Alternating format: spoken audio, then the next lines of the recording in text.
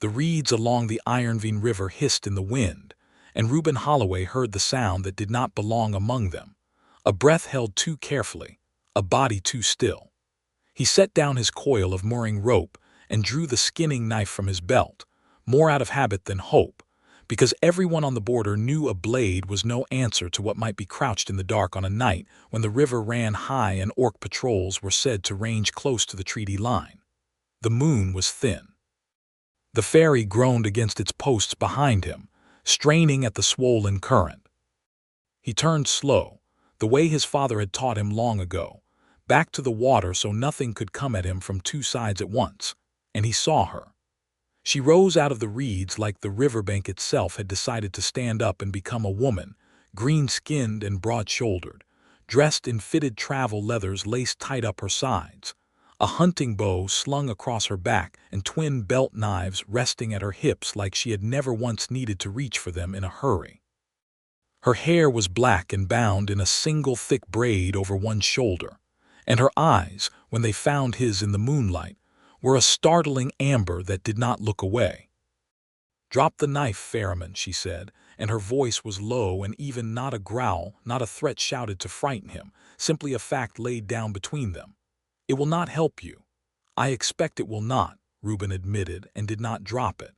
But a man likes to hold on to something when a stranger climbs out of his reeds at midnight.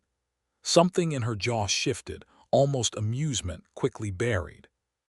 She closed the distance between them in 3 unhurried strides, and before he could decide whether to run or stand, her hand closed around his wrist, not crushing, only certain, and turned it until the knife slipped from his fingers and dropped into the mud between them. "There," she said. "Now we may speak like reasonable creatures." He looked down at his own hand, faintly astonished that it still worked, then up at her again at the sheer unbothered ease with which she had disarmed a man twice her weight in gear and blade. "You could have done that from 10 feet without touching me." "I wanted to touch you." She said it plainly, the way she might say she wanted to check the weather, and then seemed to hear herself, and her expression closed like a shutter. "To see how you would react. Men on this river reach for steel too quickly. I am told that is how wars start."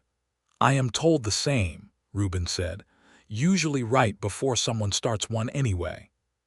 She studied him a long moment, orc eyes catching what little moonlight there was, and he had the strange sensation of being weighed on some scale he could not see. Then she stepped back, retrieved his knife from the mud, and held it out to him hilt first. "I am Dura Doomhammer," she said. "I was sent to watch you, Reuben Holloway." He took the knife back slowly. "You know my name. Everyone past the river knows your name. You are the only ferryman licensed to cross the Ironvine under the old treaty. You know every ford, every sandbar, every place the current runs slow enough to walk a horse through in low water. My war council believes such knowledge is dangerous in human hands, and they have sent me to learn what you intend to do with it." The wind picked up, rattling the reeds, and Reuben found himself, absurdly, more curious than afraid. "And what do you intend to tell them?" Dura Doomhammer looked at him for a long moment, the current churning white behind him. The whole treacherous, unfinished spring night stretched taut between two people who had no earthly reason to trust each other. "I have not decided yet," she said, and vanished back into the reeds as silently as she had come. He stood alone on the bank a long while after, listening to the river, and found that his heart was beating harder than it had any right to. The order had come from her own father 3 weeks before that night, delivered in the war tent above the Doomhammer camp with the flat certainty of command rather than the warmth of blood. Chief Goreth Doomhammer did not soften his words for his daughter, not even his favorite, not even his best scout. "The ferryman troubles the council," he had said, turning a treaty scroll between thick fingers. "He learns our shoreline too well for a man paid only to carry grain sacks and wool bales across a river. The humans speak of building a new fort near the crossing before the flood season ends. If this ferryman is mapping our fords for their engineers, I want to know before soldiers do." "And if he is only a ferryman?" Dura had asked. "Then you will have wasted a season watching a man haul rope," Goreth said. "Better wasted seasons than a war we are not ready to fight. Watch him. Report his movements. nothing more. She had taken the order the way she took all orders, without argument, because a scout who argued with her chieftain was a scout who did not last long in the Doomhammer warband, and because some small stubborn part of her still wanted to prove to her father that she was worth more than her strength, that her judgment mattered as much as her arm. She had not expected, crouched in the reeds those first nights, to find a man who spoke gently to his ferry mules, who gave bread to a beggar boy on the town road without being seen to do it, who sang low, tuneless songs to himself, while he mended rope by lantern light as if the world were not balanced on the edge of a blade between two peoples who hated each other on principle.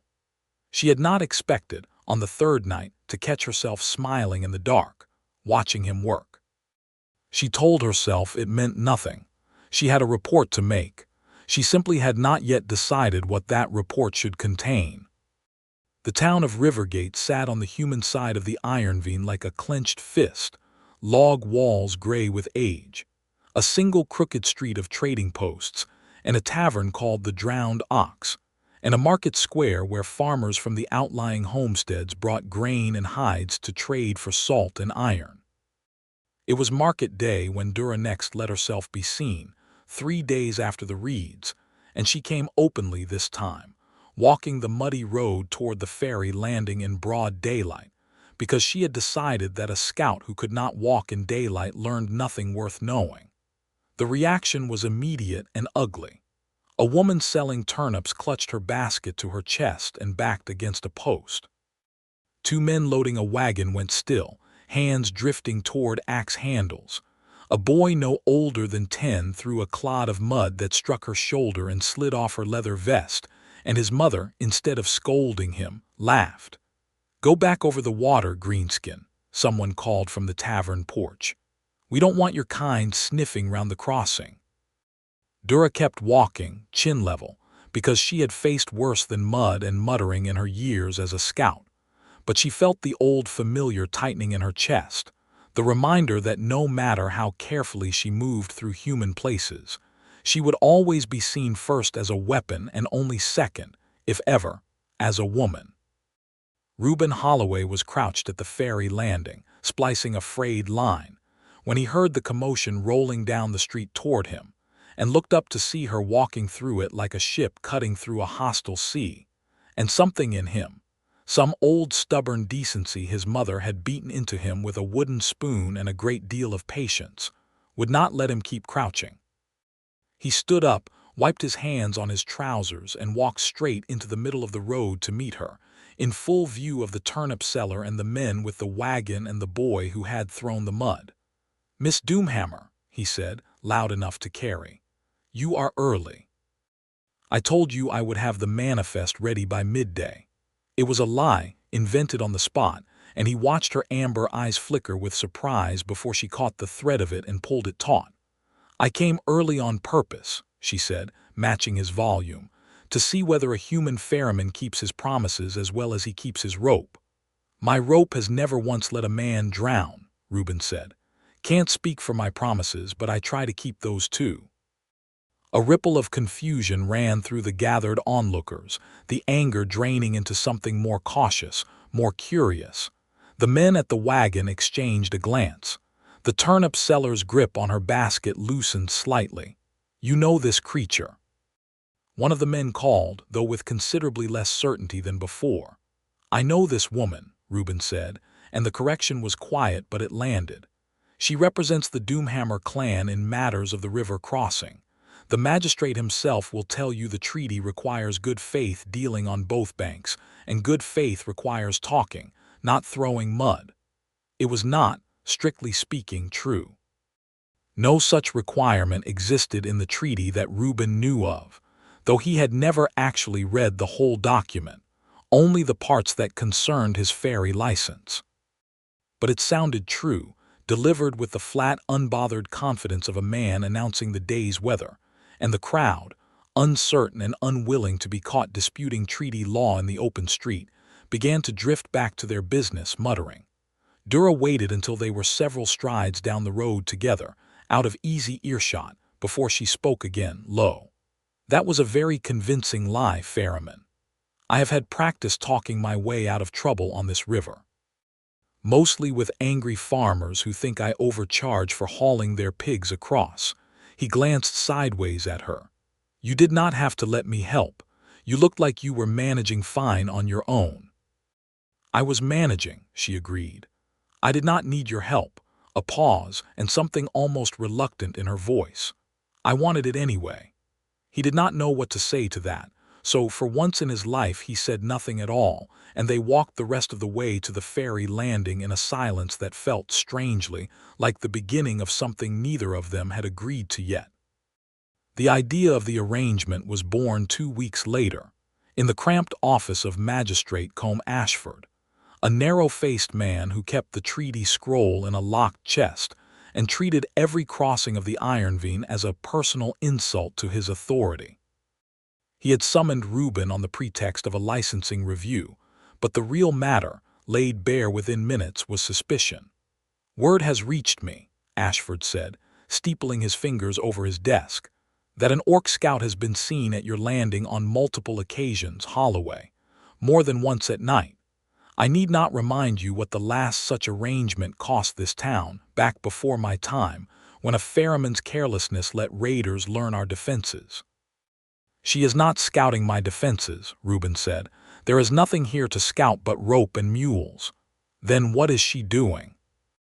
Reuben had not planned an answer, but the shape of one arrived in his mouth before his mind had fully caught up to it. Courting, he said, or near enough to it. The Doomhammer clan wishes to see whether good relations at the crossing might be built on more than treaty paper. I am hardly opposed to the idea. Ashford's eyebrows climbed toward his hairline. You are telling me you are stepping out with an orc. I am telling you it is none of the town's business who I step out with, Reuben said. So long as the crossing stays safe and the tolls get paid, which they have every season for 6 years running. It should have ended there, a private lie told to save his license, but Ashford, sensing an opportunity to look magnanimous before the council rather than merely suspicious, seized on it with the enthusiasm of a man who loved nothing more than being seen to have shaped events. Well, he said slowly, if the Doomhammer clan wishes to demonstrate good faith through such a match, the council could hardly object. It might even ease certain tensions before the flood season, when we will need every hand and every boat on that river working together rather than at each other's throats.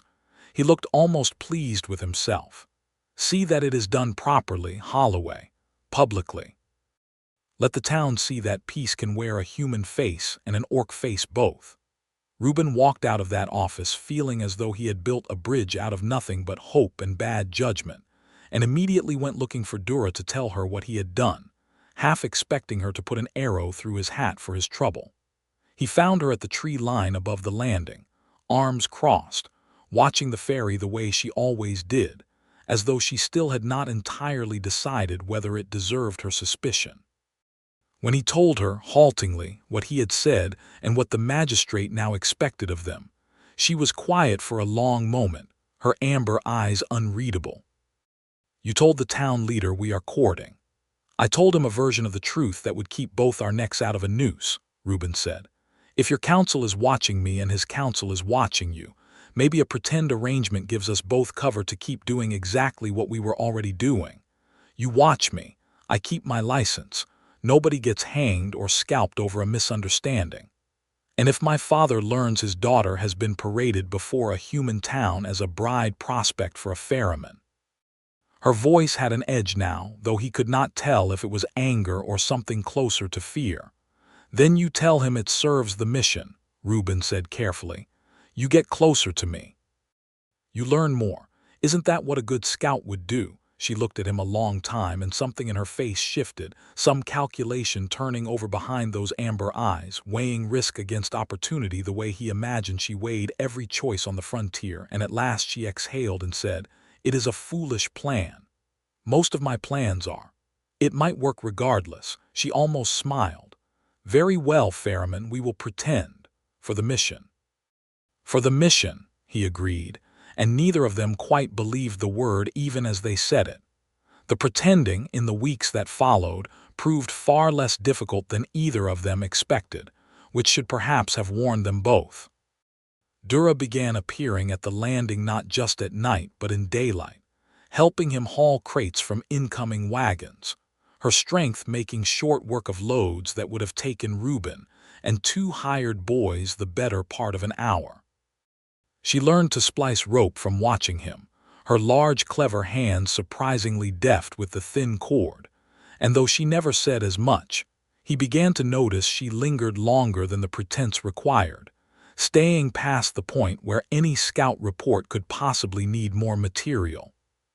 He found himself, in turn, inventing reasons to walk her partway back toward the tree line at dusk, matching his shorter stride to hers, asking her questions about the Doomhammer camp beyond the ridge, about her mother who had died in a border skirmish when Dura was young, about the scar along her forearm from a hunting accident with a wounded elk, about the strange dry humor she doled out so rarely it felt like a gift each time she offered it.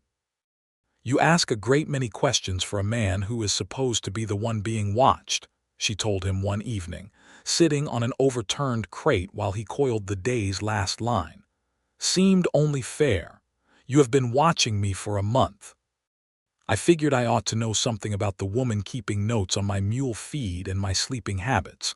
I do not keep notes on your sleeping habits. You told me last week I sleep too close to the water's edge for a man who cannot swim well." That was an observation, not a note. But she was almost smiling again, that rare unguarded curl at the corner of her mouth that he had begun, without quite admitting it to himself, to watch for the way other men watched for good weather. It was on one such evening, the sky bruised purple over the ridgeline and the river running loud with the first melt of high mountain snow, that he reached out without entirely deciding to and brushed a strand of dark hair back from her face where the wind had pulled it loose from her braid. She went very still beneath his hand, and for a moment neither of them breathed. "That is not required for the pretense," she said quietly. "No one is watching us now." "I know," Reuben said, and did not pull his hand back. She turned her face slightly into his palm, just enough that he felt the warmth of her skin, the faint roughness at her jaw that spoke of a life lived outdoors and armed, and something passed between them that had nothing to do with treaties or reports or the careful lies they had built to protect each other. "This is a dangerous game we are playing, ferryman," she said, but her voice had gone soft. "I stopped being sure it was a game about 2 weeks ago," Reuben admitted. She pulled back then, not sharply but with visible effort, rising from the crate and putting several careful feet between them. "I have a report to make," she said. "My father expects word. What will you tell him?" Dura looked back at him over her shoulder, the last light catching the amber of her eyes. "That the ferryman does nothing suspicious," she said. "That he hauls grain and mends rope and sings badly to his mules. Nothing more." It was, Reuben would later understand, the first time she had lied outright to her own chieftain, and it would not be the last.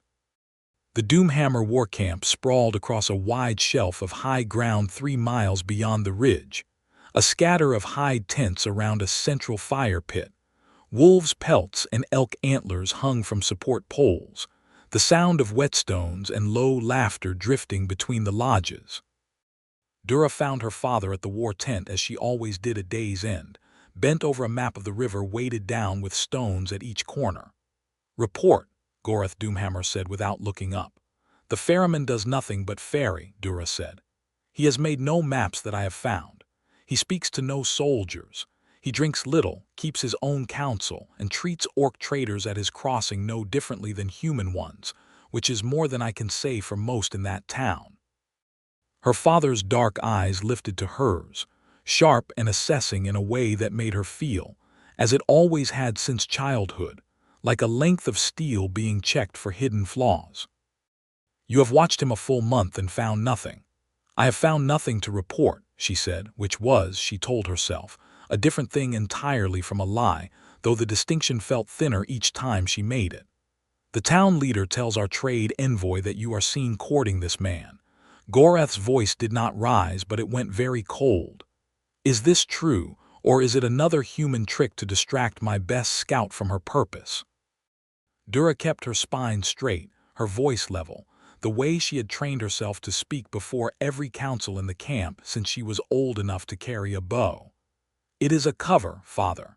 It allows me closer to him than suspicion alone would permit. Nothing more. See that it remains nothing more, Goreth said. A Doomhammer does not bind herself to prey. Finish your watch, learn what you can, and come home before the flood waters rise high enough to make the crossing impossible.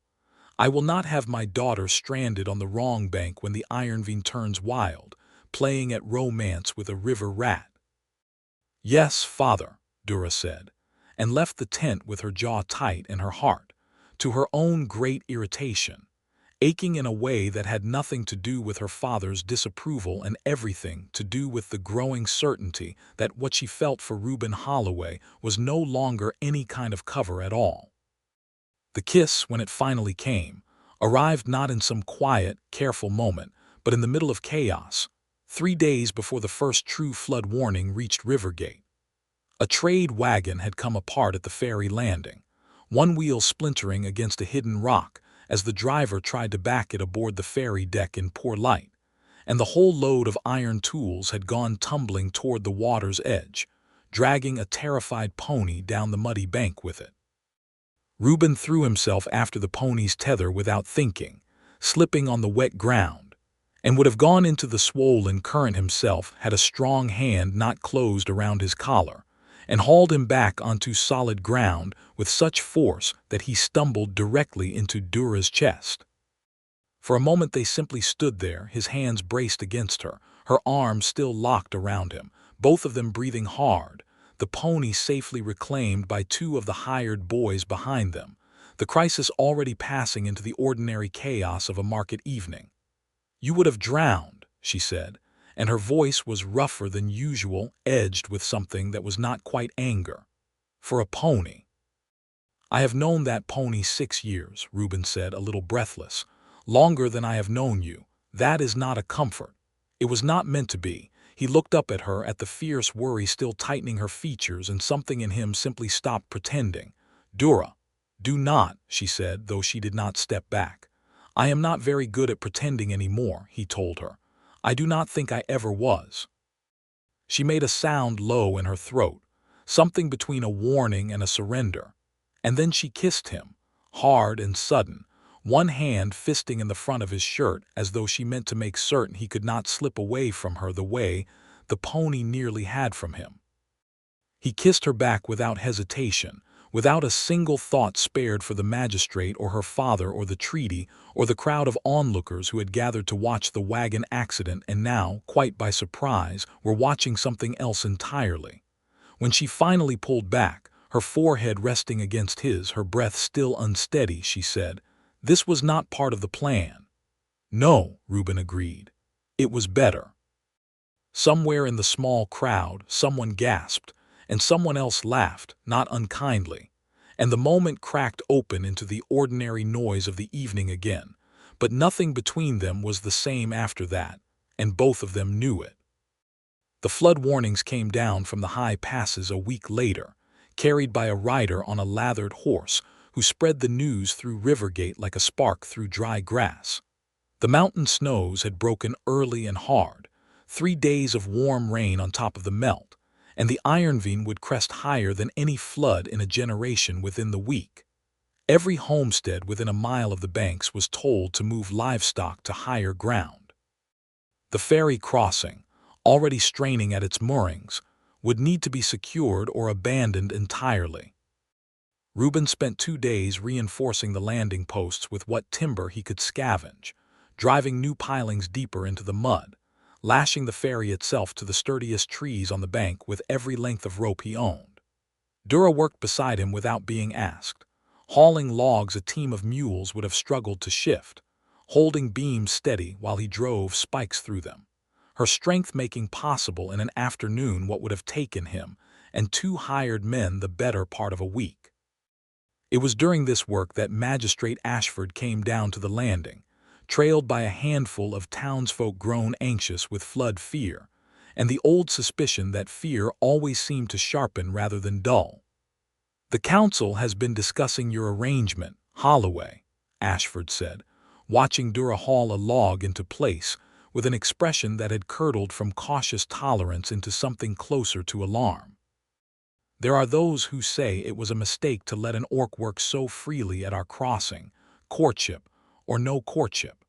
Some believe the flood is being used as cover for the clan to weaken our defenses before an attack." "The flood does not care about treaties, magistrate," Reuben said, straightening from his work. Sweat and river mud streaked across his forearms. "It is coming whether the Doomhammer clan wants it to or not, and if this landing fails, half your grain shipments and every homestead downstream loses its only safe crossing for the season. She is helping me save it." "Or helping her people see exactly how weak it already is," said one of the townsmen, a broad-shouldered blacksmith named Colby who had lost a brother in the old border wars and never forgiven the peace that followed them. "I say we send her back over the water before she brings the rest of her clan down on us under cover of high water." The words landed in the small crowd like a struck flint, and Reuben felt the old ugly current of fear and grudge rising around them, the way the river itself was rising beyond the banks, and he stepped forward, placing himself between Dura and the gathering crowd without quite deciding to do it. "She has spent 2 days keeping this landing from washing away," he said, loud enough to carry to everyone gathered. "If any of you can lift a piling into place the way she just did, I would welcome the help. Otherwise, I would ask you to let the people doing the work get back to it, before the water makes the question of who trusts whom entirely beside the point."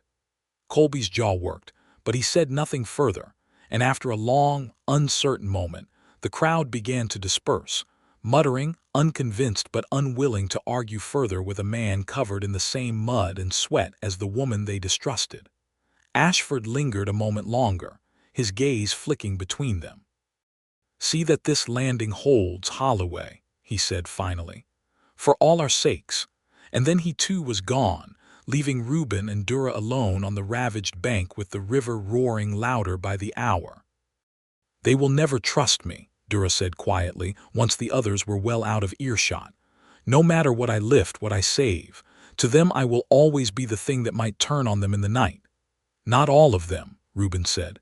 "Give it time." "Time is a luxury my father does not believe I have," she said. "He wants me home before the water rises past the ford. He does not know I have already stayed twice as long as any report required." Reuben reached for her hand, mud-streaked and strong and trembling faintly. He realized, not from exhaustion but from something closer to fear, an emotion he had never before seen on her, and he held it tight. "Then stay a little longer," he said. "Stay for me, not for the mission. I am done pretending I only want you here for cover." She looked at him, at the rising water behind him, at the whole uncertain future stretched between two peoples who had given them every reason to walk away from each other, and she did not let go of his hand. "I am done pretending too," she said. The flood broke in full 3 nights later, in the black hours before dawn, when a wall of debris torn loose from the upper gorge came crashing down the iron vein and slammed into the old stone footings of the Millrace Bridge half a mile upstream of the ferry landing. And the bridge, weakened by decades of neglect and years of the council's promises to repair it, gave way all at once with a groan that carried for miles. The collapse sent a churning tangle of logs, planking, and stone hurtling downstream directly toward Rivergate, and worse, toward the low ground where 3 homestead families had gathered their livestock and wagons on what they had believed was safe high ground, not realizing the debris flow would carry the flood's full force wide of the main channel and straight at them. Reuben was already awake, roused by the sound of the bridge failing, and he was pulling on his boots when Dura burst through the door of his small landing house without knocking, her hair loose from its braid, her eyes wide with an urgency he had never seen in her before. "The Kessler farm," she said. "I scouted the ground yesterday. Their wagons are pinned against the old stone wall at the bend. They cannot outrun what is coming. There is no time to reach higher ground. They ran together through the dark, the roar of the flood growing louder with every stride, torches and shouting voices converging from the town as word spread, until they broke from the tree line and saw it. The Kessler family, 6 of them, 2 small children among them, huddled atop their wagon against a low stone wall while, upstream, a wall of black water and shattered timber bore down on them faster than any human could outrun. There was no time to move the wagon. There was no time to reach them and pull them clear. There was, Reuben realized with a plunging horror, no time at all. Dura did not hesitate. She sprinted past him, down the slope toward the bend in the river, and threw herself bodily against the old stone wall exactly where a massive uprooted oak, carried on the crest of the debris flow, was about to strike it and shatter it into the family cowering behind it. The impact, when it came, should have crushed her. Reuben watched, his heart seizing in his chest, as the great trunk of the oak slammed into her braced shoulders and outstretched arms with a force that would have pulped an ordinary man instantly, and Dura Doomhammer did not fall. Her boots dug furrows into the mud. Every muscle in her back and arms stood out like carved stone in the torchlight, and she screamed, not in pain but in raw effort, and she held the tree. For 3 full seconds that felt like 3 lifetimes, the entire weight of the flood's fury pressed against her alone, the trunk grinding and splintering against her shoulders, water surging white around her knees, and the wall behind her, and the family behind the wall, held. Then, with a final furious roar, she drove her legs beneath her and heaved the massive trunk sideways, turning its momentum, sending it grinding and rolling away from the wall to crash instead into the open field beyond, spending its terrible force against empty ground instead of flesh and stone. The flood's main channel surged past a moment later, swollen and violent, but diverted just enough by the deflected trunk that it missed the wagon entirely, sluicing instead along the old drainage ditch the Kesslers had dug years before for their fields. Silence fell over the riverbank, broken only by the receding roar of the water and the ragged, gasping breaths of 24 people who had gathered on the slope in time to watch it happen, torches guttering in hands that had gone still and slack with shock. No one spoke. No one jeered. The crowd that had, only days before, called for Dura Doomhammer to be driven back across the water, stood frozen and silent, staring at the orc woman standing chest-deep in floodwater with her shoulders bloodied and bruised, and her arms trembling with spent effort, having just held back with her own body a force that would have obliterated a family of 6. Old Kessler was the one who broke the silence, stumbling down from the wagon into the shallows, his voice cracking. "You held it," he said, disbelieving. "You held the whole tree." "I held it long enough," Dura said, her voice hoarse, and then her legs finally gave out beneath her, and it was Reuben who reached her first, wading into the churning water to catch her before she went under, holding her upright against him while the crowd on the bank stood in stunned, reverent quiet, the jeers of the past weeks utterly and completely gone. They carried her back to the landing house between them, Reuben and old Kessler both, and laid her on the narrow cot while Reuben cleaned the deep bruising along her shoulders and the split skin where bark had torn her leathers, his hands unsteady with a fear that had not yet finished draining out of him. "You could have died," he said, voice tight. "That tree could have crushed you." "It did not," Dura said, wincing as he pressed a damp cloth to a cut along her collarbone. "I am stronger than a tree, ferryman. I have always known this.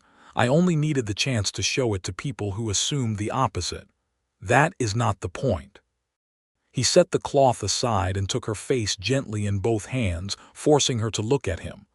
"The point is you nearly died in front of me and I could not do a single thing to stop it." "You did not need to stop it," she said, softer now, her hand rising to cover his. "You were there. That was enough." He kissed her then, careful of her bruised shoulders, slow and fierce and grateful all at once, and she made a small sound against his mouth, part pain, part relief, part something warmer that had nothing to do with either, and pulled him down beside her on the narrow cot with a strength that even injured remained far greater than his own. And for a long while there was no talk at all, only the quiet murmur of two people who had each, in their own way, nearly lost the other that night. Learning with hands and mouths, and low murmured words exactly how much they had come to need each other. Later in the dim lantern light, her fingers tracing idle patterns against his chest, she said, "My father will hear of this by morning. A Doomhammer scout throwing herself into a human flood to save human children. He will not understand it. Will he be angry? He will be furious," she said, though there was no fear in it, only a kind of tired certainty. "But he cannot say I brought shame on the clan. Half of Rivergate saw a Doomhammer's strength save 6 lives tonight. That is not a small thing, even to a chieftain who distrusts humans." She turned her head to look at him. "And he cannot say I failed my mission. I have watched you for 2 months, ferryman. I know everything there is to know about you now. And what will you report?" She was quiet a moment, her amber eyes soft in the lantern light. "That the ferryman is no threat to my people," she said. "That he is instead the finest thing I have found on this river, and I have no intention of leaving him for it." Word of what happened at the Kessler Bend spread through Rivergate faster than the floodwaters themselves, and by the time the sun rose fully over the ravaged banks, half the town had gathered at the market square to see for themselves the orc woman who had held back a falling oak with her bare arms to save a homesteading family. Some came out of gratitude, having heard the tale from Kessler himself, who told it to anyone who would listen with tears standing openly in his eyes. Others came out of simple disbelieving curiosity. A few, like the blacksmith Colby, came still clinging to old suspicion, unwilling to let a single act, however extraordinary, undo a lifetime of learned distrust. Dura stood at the center of it all, her shoulders still bandaged beneath her leathers, Reuben at her side, and she did not flinch from the crowd's attention the way she might have weeks before, because, for the first time since she had crossed the river into human territory, the eyes on her did not carry only fear. Magistrate Ashford himself came to offer stiff, uncomfortable thanks, clearly torn between gratitude and his own long-nursed wariness, and it was into this uneasy gathering that Dura Doomhammer arrived less than an hour later, riding down from the ridge with a small honor guard of clan warriors, his broad face thunderous, having heard from a returning traitor exactly what his daughter had done and exactly how publicly she had done it. He dismounted at the edge of the square, and the crowd parted before him the way crowds part before storms, and Dura straightened, bracing herself for the confrontation she had known was coming since the moment she pulled that oak away from the Kessler wall. "You disobeyed me," Dura said, striding toward her, his voice carrying easily across the hushed square. "I sent you to watch, not to bind yourself to human causes, not to spend Doomhammer strength saving human children while the whole town watches and whispers that my daughter has gone soft for a ferryman." "I did not go soft, father," Dura said, standing her ground though every instinct trained into her since childhood screamed to lower her eyes before her chieftain. "I did what any Doomhammer would do when innocence stood in the path of destruction. I had the power to stop. Would you have had me let them die to preserve some notion of clan pride?" "I would have had you remember your purpose," Dura snapped. "You were sent to report his movements, not to fall into his bed." A ripple of scandalized murmuring passed through the crowd at that, and Reuben felt his face heat, but he did not step back, did not look away from the chieftain's furious glare. "With respect, Chief Doomhammer," he said, "your daughter reported exactly what she found. I am no threat to your people. I never was. And what grew between us grew because two people spent 2 months in each other's company and found something worth keeping, not because either of us schemed for it." "No one asked the ferryman to speak," Dura said coldly. "No," Dura said, stepping deliberately between her father and Reuben, "but I am asking him to, because he is right and because I am done pretending otherwise, even to you." Her voice rose, carrying across the whole silent square to the townsfolk and the clan warriors alike. I was ordered to watch him and report his movements. I watched. I found a man who mends rope for strangers and gives bread to hungry children and stands between danger and people he has known only weeks, simply because it is right. I found nothing worth reporting as a threat, Father, because there was nothing to find. What I did find, I have chosen to keep. Goreth's jaw tightened, his eyes moving from his daughter to Reuben and back again, and for a long moment the entire square held its breath, waiting to see whether the chieftain's fury would break into something worse. "You would choose a human ferryman over your own clan," he said finally, quieter now, though no less hard. "I would choose to be with the man I love," Dura said, "without giving up who I am or where I come from. I do not see why those things must be enemies, Father. Not anymore. Not after last night."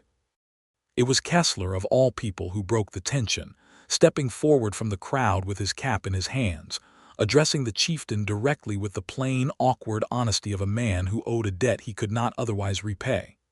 "Begging your pardon, sir," he said, "but your daughter saved my whole family last night. My wife, my children. She near killed herself doing it. Whatever quarrel you have with her choices, I'd take it kindly if you'd remember that first."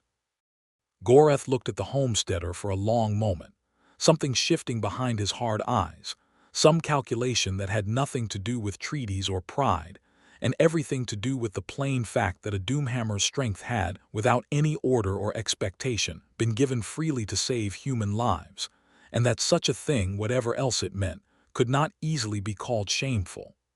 "The council will hear of this," he said at last, to Dura rather than to the crowd. "There will be questions asked about loyalty, about judgment. I will not pretend otherwise." "I expected nothing less," Dura said.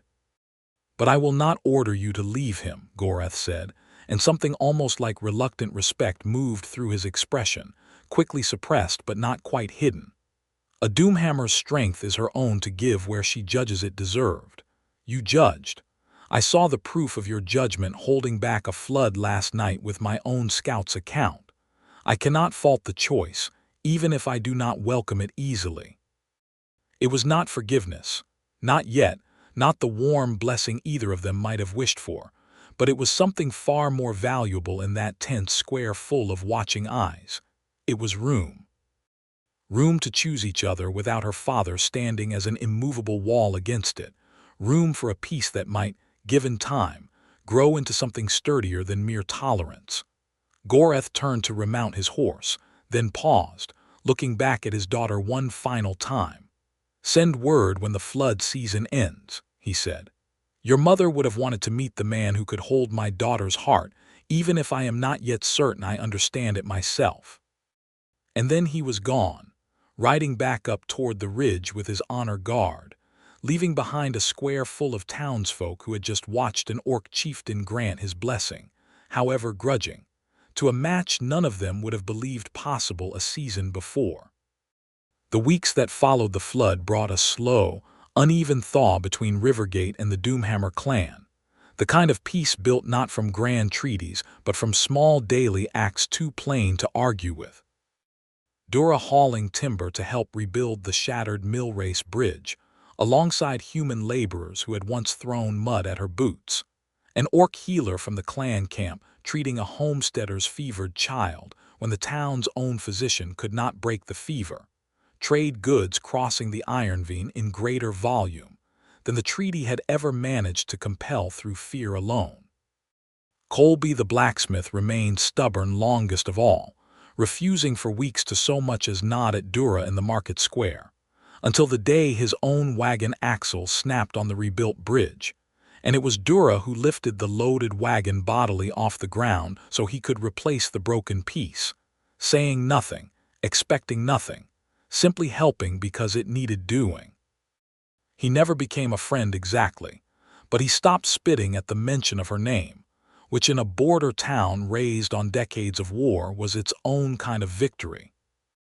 Reuben and Dura, settled into a rhythm neither of them had quite dared to imagine possible in those first tense nights among the reeds. Mornings spent working the ferry together, her strength making light work of loads that had once nearly broken his back. Afternoons spent teaching each other the small details of lives lived on opposite sides of a river that no longer felt quite so wide.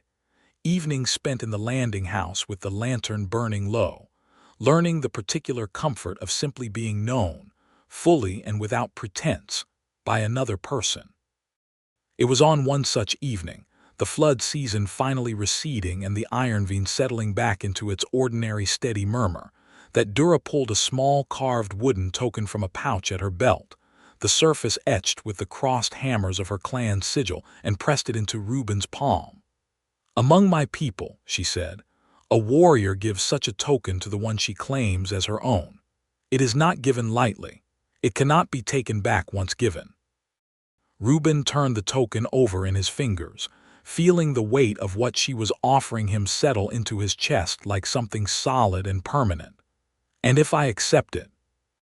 "Then you are mine," Dura said simply, "and I am yours before my clan and before your town both, whatever either of them thinks of the arrangement. No more pretending, ferryman, only this." "I stopped pretending a long time ago," Reuben said and closed his fingers around the token. "I think I stopped the night you pulled a knife out of my hand and told me you wanted to touch me." "I was testing you," she said, though the corner of her mouth curved. "You were falling for me," he said. "Same as I was falling for you." She laughed then, a real laugh, warm and unguarded, the sound of it filling the small landing house like sunlight, and pulled him close, and neither of them said anything more for a long while because nothing more needed saying. The final test of what they had built came not from her clan nor from any lingering flood danger, but from the town council itself, gathered a month later to formally decide the fate of Reuben's ferry license, which Magistrate Ashford, despite everything that had happened, still felt obligated to review given the unprecedented nature of his arrangement with an orc woman now openly living at his landing. The council meeting was held in the open square rather than the cramped council house, Ashford having judged, correctly, that half the town would want to attend regardless and might as well be accommodated rather than left pressing their faces to the windows. Dura stood beside Reuben at the front of the gathered crowd, dressed in the same fitted travel leathers she had worn the night they first met, her chin high, refusing to shrink from the scrutiny even as old whispers stirred again among some corners of the crowd. "The matter before this council," Ashford announced, "is whether Reuben Holloway's ferry license should be revoked on grounds of improper alliance with Orc clan interests, given his ongoing and now permanent relationship with the scout Dura Doomhammer. He held this crossing together through the worst flood in a generation," Kessler called out from the crowd, before anyone else could speak. "Same as she did. Seems a strange time to talk about revoking anything." "The matter of the flood is not in question," Ashford said, though he looked uncomfortable saying it, clearly aware of exactly how thin his ground had grown. "The question is one of precedent. If we allow a licensed ferryman to bind himself openly to a clan scout, what does that say about the border, about future licenses, about the treaty itself?" "It says the treaty finally means something," Reuben said, stepping forward before Ashford could continue building his case. "It says that after all these years of fear and mud-throwing and suspicion, two people from either side of that river found something worth trusting each other for. If that threatens this council more than actual war ever did, then perhaps the council should ask itself why peace frightens it so badly." A murmur ran through the crowd, some approving, some still uncertain, and it was Dura who spoke next, her voice carrying clear and steady across the square. "I was ordered by my own chieftain to watch this man and report on him as a threat," she said. "I watched him for 2 months. I found no threat. I found instead a man worth choosing, and I chose him freely, as is my right as a Doomhammer and as a woman. If this council wishes to punish him for that, it will have to answer to me directly, and I promise you, I am considerably harder to argue down than any treaty scroll." The threat was not truly a threat, not in the way it might have sounded from anyone else, but delivered in that flat, certain voice, with the memory of the Kessler bend still fresh in every mind present, it landed with undeniable weight. Ashford looked out over the crowd, seeking some sign of support for revoking the license, and found instead rows of faces that had, over the past month, come to see Dura Doomhammer not as an invading threat, but as a woman who had bled and strained and nearly died to protect their neighbors. "The council," Ashford said finally, with the air of a man conceding a battle he had already quietly lost, "sees no grounds for revocation. Holloway's license stands. His arrangement is his own affair so long as the crossing remains safe and the tolls continue to be paid." It was not a ringing endorsement, but it was enough, and Reuben felt the tension drain out of his shoulders as the crowd began to disperse. The matter settled, the danger passed. But Dura was not quite finished. She turned to Reuben in the middle of that same square, in full view of Ashford and Colby and Kessler and every townsfolk who had once thrown mud or muttered curses at her passing, and she took his face in both her strong hands, and she kissed him, slow and certain and utterly unashamed, the same defiant claiming kiss she had given him once before beside the ferry landing, except this time there was no crowd to gasp in shock, only a square full of people who had, through flood and fire and hard-won trust, finally come to understand what they were looking at. Not a threat, not a scandal, but two people who had found each other against every expectation and every old prejudice and had refused at every turn to let go. "Let them all watch," she murmured against his mouth when the kiss finally broke, her amber eyes bright with something fierce and joyful and entirely unguarded. "I was ordered to report your movements, ferryman. Instead, I have decided to spend the rest of my life watching them, up close, for as long as you will have me." "That is a very long assignment," Reuben said, breathless, his hand rising to cover hers where it still rested against his cheek. "I have never been afraid of long assignments," Dura said, and smiled truly and fully, the way she had learned to do only with him. "Only of the ones I might have missed, had I turned in the report my father wanted instead of the truth I found." Around them, the square had gone quiet again, but this time the silence held no fear in it, only the strange, settling wonder of a border town watching two people who had crossed every line drawn between them and found, on the other side, exactly what they had never known they were looking for. That evening, as the sun dropped low and gold over the Ironvine and the ferry rocked gentle and secure against its rebuilt moorings, Reuben Holloway stood on the landing where he had first felt eyes watching him from the reeds, and Dura Doomhammer stood beside him, no longer watching, no longer hiding, simply there, her hand in his, the wooden token she had given him resting warm against his chest beneath his shirt. "No more reports to write," she said, watching the water run silver in the fading light. "No more pretending to write them," Reuben agreed. "Only this," Dura said, echoing the words she had given him weeks before, and leaned her head against his shoulder as the river carried its steady, endless current past them both. No longer a border between two wary peoples, but simply a river, running quiet beneath a sky finally at peace, in a town that had learned, however slowly and however grudgingly, that love drawn across old lines was not a danger to be reported, but a rare and worthy thing to be protected, kept, and finally, openly celebrated by everyone who had once feared it most.